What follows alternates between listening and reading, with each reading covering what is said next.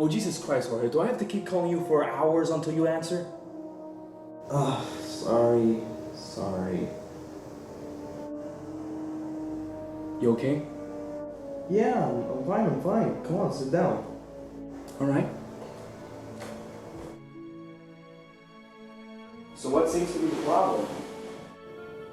Can I ask you something? Yeah? Have you ever looked back on your life and thought, what am I doing? Why am I doing this? Oh sure, lots of times. Sometimes I wondered if I ever did the right thing. Why do you ask? I've been having some thoughts. I've been sitting here rewriting my Victory Gundam review. I haven't got a clue on how to rewrite it. With the last 4 videos I posted on the same day, I've been wondering if I'm really passionate about the work I'm doing, or if I'm just going along because I have nothing else to do with my life. You're probably feeling a little burnt out. Maybe you should take a break from reviewing anime. But I promised to do something with December. Maybe you could talk about something else, something you really enjoy. But what? Well, The Force Awakens is coming out. Maybe you can talk about all the Star Wars movies? You know what? That's a great idea. Thanks, Juan. No problem. By the way, pizza's downstairs. Alright, awesome. Star Wars. What can be said about this franchise that hasn't already been said before? An epic tale of good versus evil, a timeless story of corruption and redemption, alien worlds, droids, starships, the Force, and one of the greatest, most popular science fiction stories of all time. This franchise is a pop culture phenomenon, and even now it's still a massive influence to many people all over the world. Throughout the month of December, I'm gonna do a review of all 6 episodes of the saga, all leading up to episode 7, The Force Awakens. Unlike other people, I'm gonna review them through original release order rather than chronological order. Why? Because in order to understand certain aspects of the movies, it's important to look at it in context. Anyway, let's start off this retrospective with a look at the film that started it all. Originally released in 1977, here's Star Wars, or as it's known as now, Episode 4, A New Hope.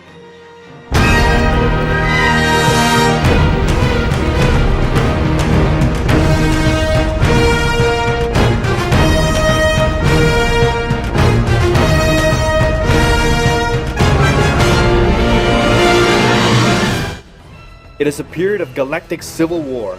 Rebel spies have managed to steal secret plans to the Empire's ultimate weapon, the Death Star, an armored space station with enough power to destroy an entire planet.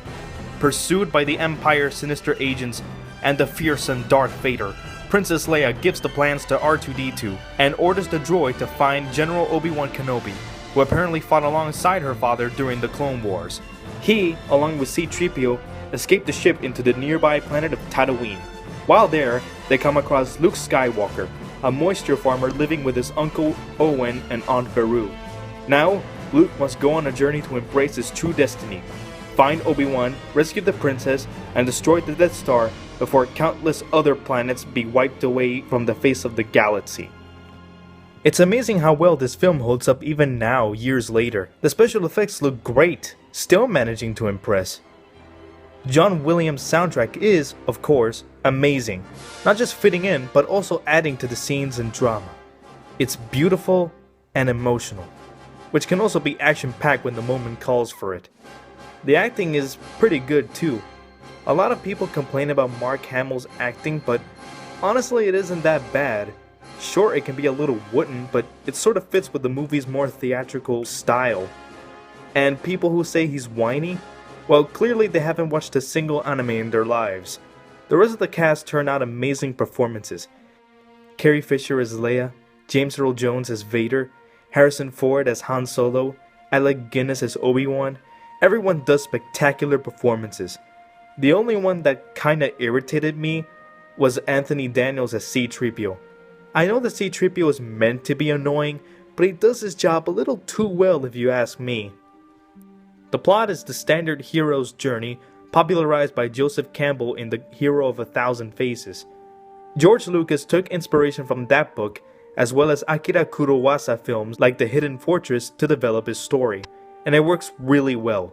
It is great in its simplicity, being well paced and developed.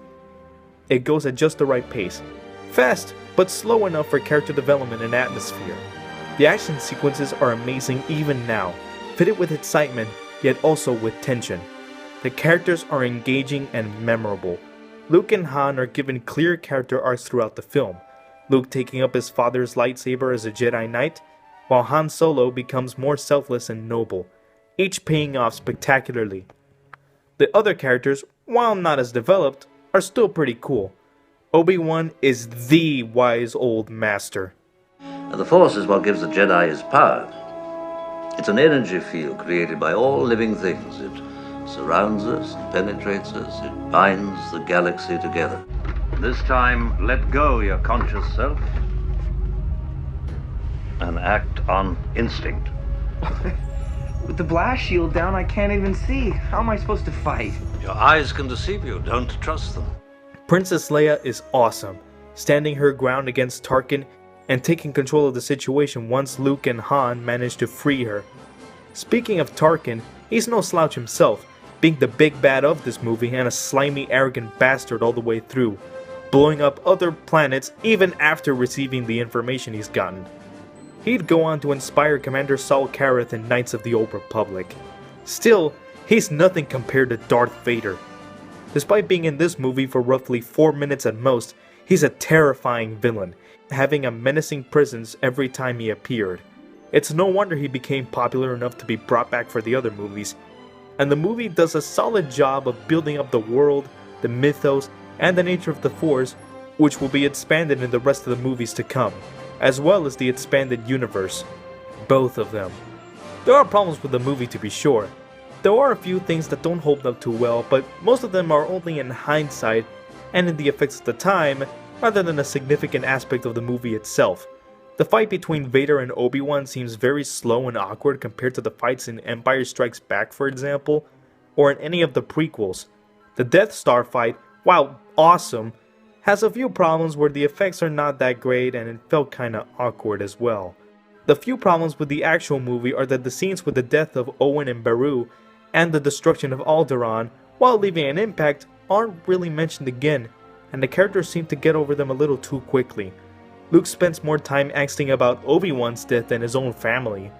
The single weakness of the movie that I personally have is how annoying C-3PO is. He would become a lot more tolerable in the later movies, but here he just complains about everything all the time and just won't stop blaming R2 for his own problems. He's just annoying and whiny, with only his banter with R2 being the saving grace. Still, none of these are fatal flaws. A New Hope is not just a spectacular introduction to Star Wars, but it's also a genuinely great movie on its own. It's also my personal favorite of all the films. See you next time as we talk about Episode 5, The Empire Strikes Back. Master, I've at last located the target. Are you sure? Is he true? He could be a trap devised by the Order of G. I find your lack of faith disturbing. I can go now and no! If what you say is true, we must wait. Catch him off guard. We cannot draw too much attention to ourselves. I understand. Soon I shall perform thy bidding, Master. Yes, soon the Bendu will rise again, and we will take our rightful place as the keepers of the peace, order, and justice throughout the galaxy once more.